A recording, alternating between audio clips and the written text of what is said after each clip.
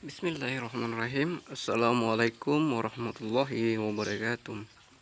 Selamat pagi, salam sejahtera untuk kita semua. Berjumpa lagi di pelajaran PPKN. Pada hari ini kita akan mempelajari tentang mengenal norma berdasarkan bentuknya. Baik, sebelum kita mulai pelajaran hari ini, ada baiknya kita berdoa terlebih dahulu. Berdoa mulai. Berdoa selesai.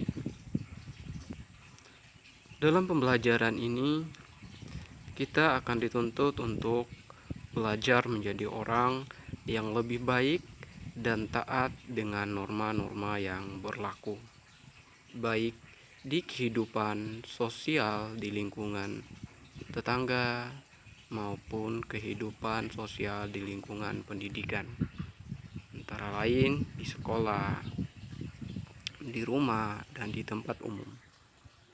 Selanjutnya,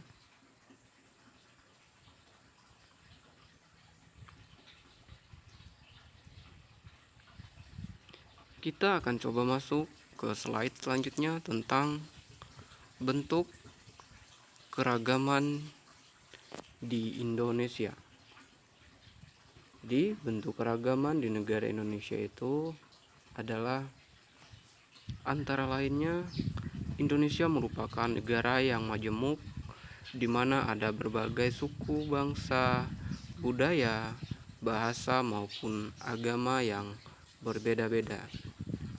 Guna menjaga ketertiban, keteraturan, dan mencegah perselisihan, maka diperlukan norma-norma yang bisa mengatur tingkah laku masyarakat sehingga tidak mengarah kepada perpecahan.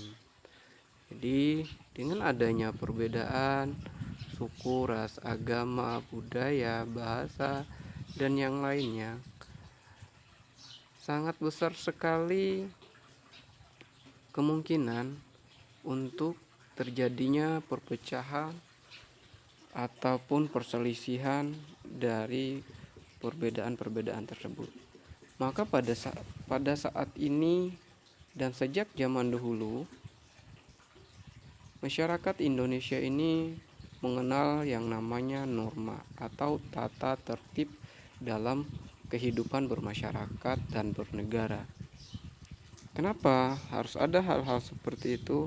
Agar bisa mencegah dari hal-hal yang tidak kita inginkan, seperti adanya perpecahan.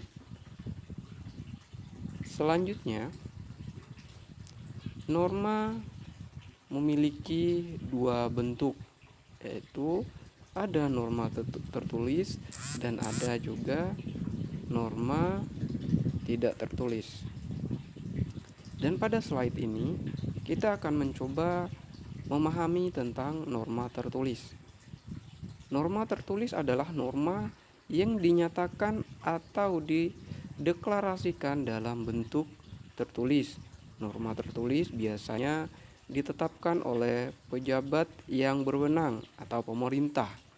Definisi ini berkembang sesuai perkembangan zaman.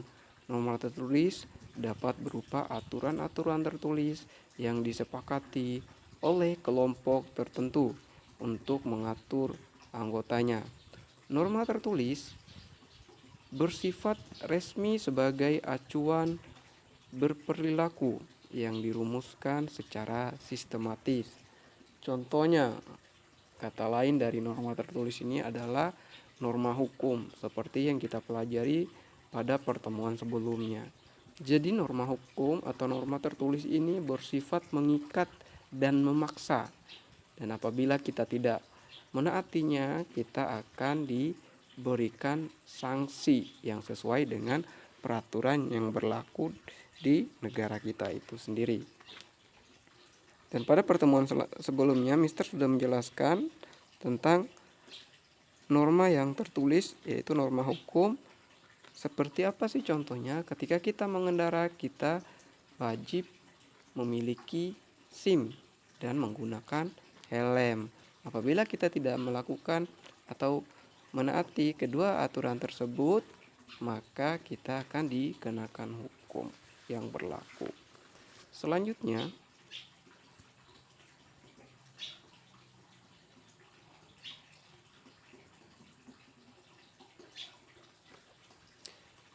kita akan masuk ke norma tidak tertulis.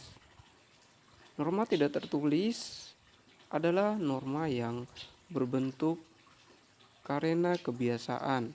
Norma tidak tertulis ini dilaksanakan atas kesadaran setiap individu untuk mewujudkan ketertiban. Untuk itu, norma tidak tertulis diakui dan disepakati keberadaannya oleh masyarakat secara alami melalui interaksi yang berlangsung lama. Selanjutnya, macam-macam norma tidak tertulis. Jadi di sini Mister akan coba menjelaskan macam-macam atau bentuk-bentuknya ya. Dalam kehidupan masyarakat terdapat banyak norma tidak tertulis yang disepakati bersama antara lain. Poin pertama, cara atau usage. Yang kedua, kebiasaan. Yang ketiga, tata kelakuan. Yang keempat, adat istiadat. Nah, baik. Kita lanjutkan. Poin pertama yaitu cara. Cara menunjukkan pada kebiasaan melakukan sesuatu dalam pergaulan sehari-hari di lingkungan masyarakat. Pelanggaran terhadap norma ini umumnya berupa celaan. Contoh pelanggaran norma ini adalah makan sambil mengeluarkan bunyi dan meludah di sembarang tempat. Jadi itu hal-hal yang jadi contohnya. Selanjutnya, kebiasaan. Jadi di sini kebiasaan adalah perbuatan berulang-ulang dengan bentuk yang sama, dilakukan dengan sadar dan mempunyai tujuan yang jelas. Norma kebiasaan dianggap baik dan benar oleh masyarakat. Pengulangan perbuatan mengindikasikan kebiasaan tersebut diterima oleh banyak orang. Contohnya, menghormati orang yang lebih tua, seperti yang ada di dalam gambar. Sebelum kita keluar atau masuk di dalam rumah, kita wajib mengucapkan salam dan mencium tangan kedua orang tua. Nah, itu norma-norma kebiasaan yang harus kita lakukan di lingkungan keluarga atau di rumah kita sendiri. Selanjutnya, tata kelakuan. Jadi di sini tata kelakuan adalah sekumpulan perbuatan yang mencerminkan sikap hidup dari sekelompok manusia yang dilakukan secara sadar untuk melakukan pengawasan terhadap anggota masyarakat. Norma ini memaksa anggota masyarakat untuk menjauhi larangan-larangan yang ada dalam masyarakat dan memiliki sanksi agak berat, yaitu pengucilan dari pergaulan masyarakat. Contohnya, larangan untuk berjudi, larangan meminum minuman keras, dan larangan menggunakan narkoba atau obat-obat terlarang. Selanjutnya, kesimpulan. Jadi pada kesimpulan ini Mister akan coba menyimpulkan dari materi yang Mister sudah sampaikan. Dalam kehidupan kita tidak terlepas dari berbagai bentuk tingkah laku dan kebiasaan yang sering kali kita jumpai di kehidupan sehari-hari. Namun ada hal-hal